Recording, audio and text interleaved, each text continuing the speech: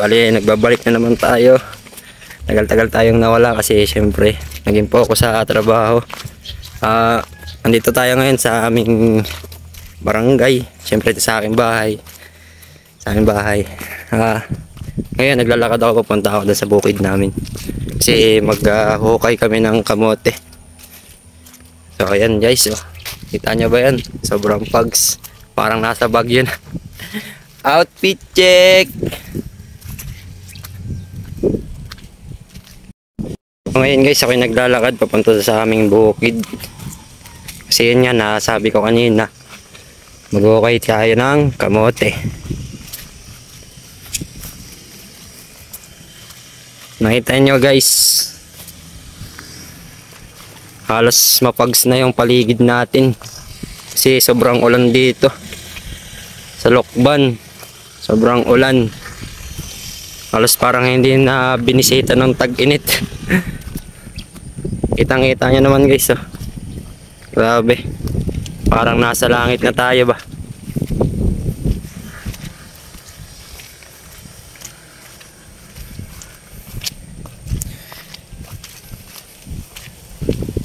Putik yung daan, gawa ng ulan.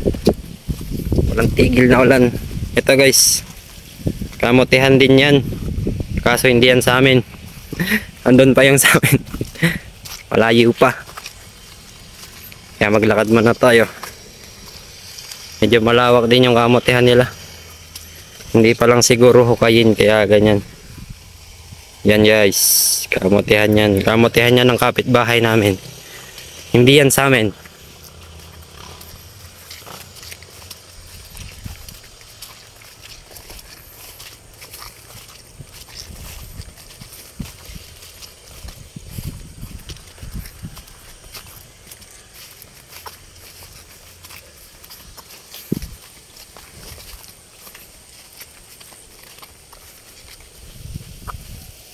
Kitang-kita nyo naman, parang nasa langit na. Sobrang pags dyan.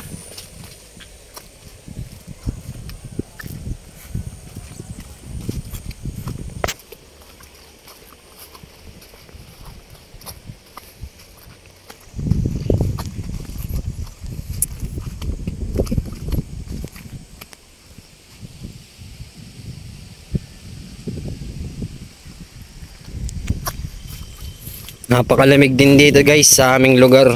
Grabe, kailangan mo ng makapal na jacket kung pupunta kayo dito.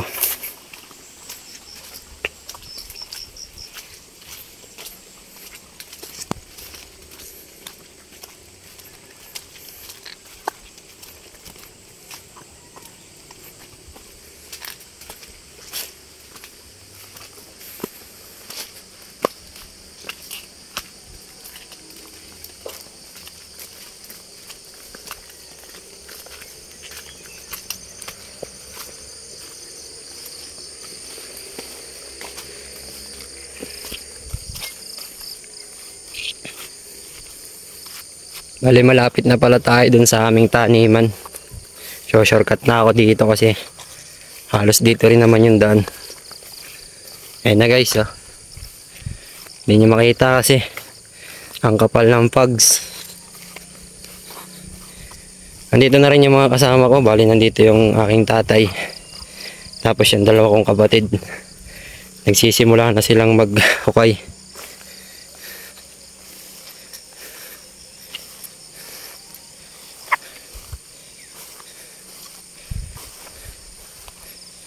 Andito rin pala yung aking alagang kambing.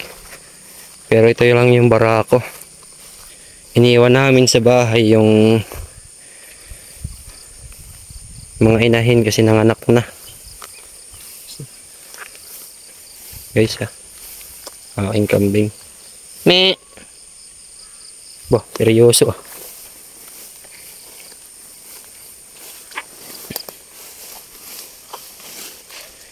Ito na guys yung aming taniman. Yung aming kamotehan. Medyo malawak din siya. Tingnan lang natin yung magiging laman. Ito pala. Dito rin pala yung isa kong kambing.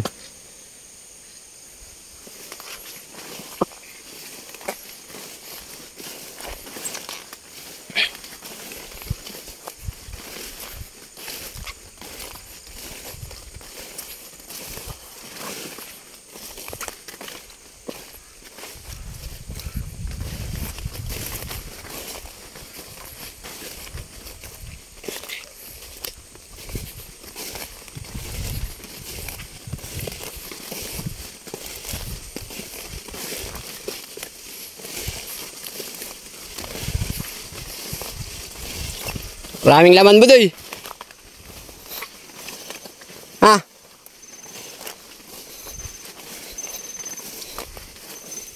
Kakaunti.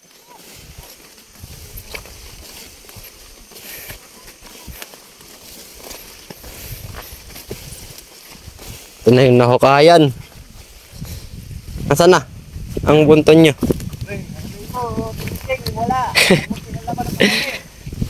Ito pala yung mga nahukay na. Ito ba yung ano? Yung orange ang laman? Hindi. Eh, mga naghuhukay.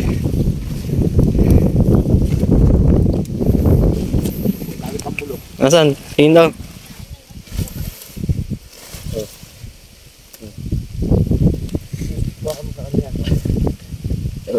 Walang laman. Nag-ugat kasi inulan. Tumaba yung katawan, hindi yung laman. Binagbagang kamo ng ulan.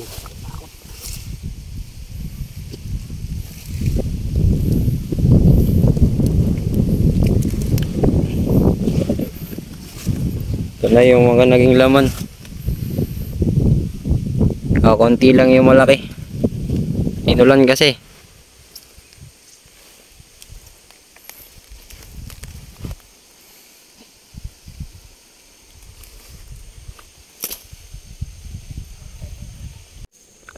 Ari na yung mga naging laman. Naghukay na rin ako kanina. Medyo malawak-lawak na rin yung nahukayan. Lawak niya dapat ating sisako pa eh.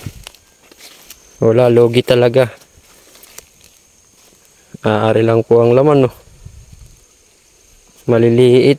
Sting mo, video mo yung habang naghuhukay. Inulan kasi. Lumaki yung katawan. Hindi yung laman. Naharip po talagang kakaunti. Maliliit pa.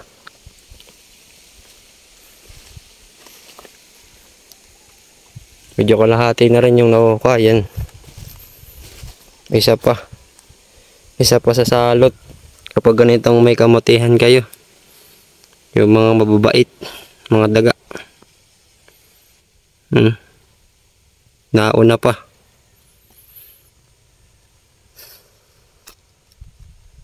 Ari pong kamuting ari ay ano, yung orange ang laman.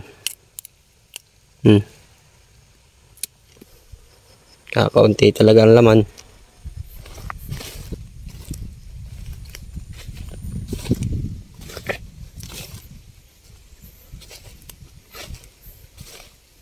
Yan ang mga laman.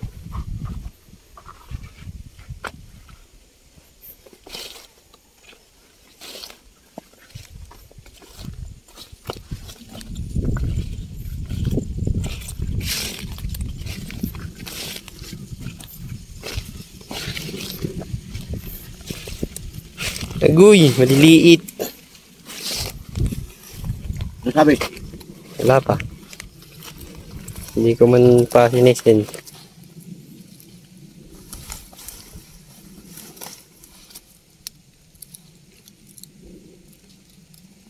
Wala talagang laman.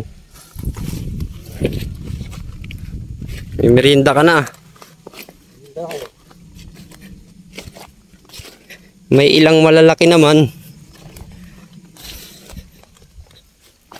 Maganda rin kamuting ito. Ito yung mabibilog kasi talagang hindi na lumaki. Gawa din ng panahon. Sobrang ulan.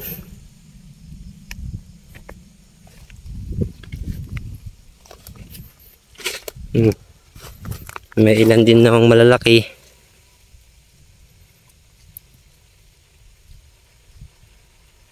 Kasi iilan lang talaga. Busog ka na. Hukay na ulit. Kukunin ko yung kambing.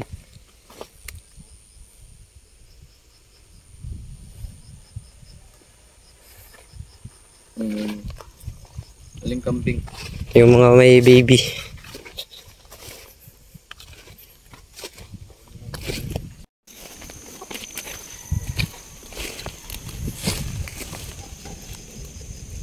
Sa mga tingin ng kalabaw.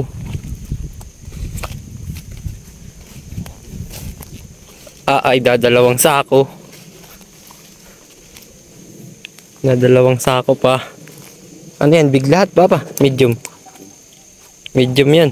Ari, big. Dalawang sako. Ikakarga din eh. Kalabaw. Lampas kalahati na ang nahukayan. Wala. Tumabal. Tabal po ang tawag dun sa ano. Kapag yung mismong katawan ng lumaki. Kaysa dun sa laman.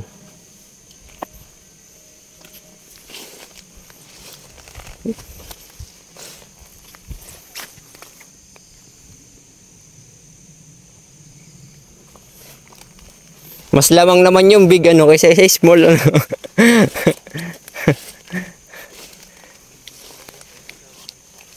Mas marami naman yung big.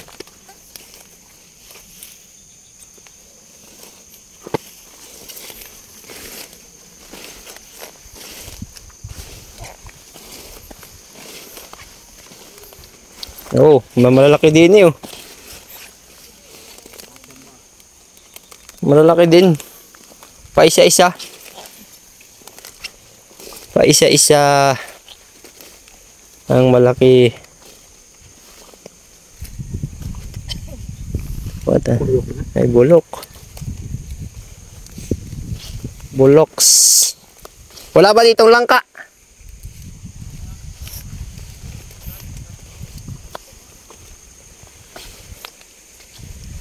Wala.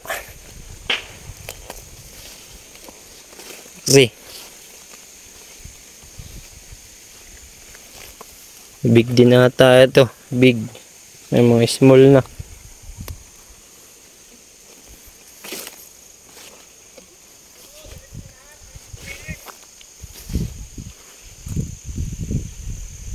Guys, so ngayon hapon na. Patapos na rin yung paghuhukay ng kamote. Ako ngayon, pauwi na ako. Pauwi na. Wala, ganun talaga minsan. Di ma-jackpot. Minsan talagang lugi. Ganun talaga ang buhay ng pagsasaka. Hindi laging nakakapera ng malaki. Kumbaga, timingan lang din. May oras na meron talaga. Meron oras na hindi rin. Yan guys, hanggang dito na lang muna ako. Paalam.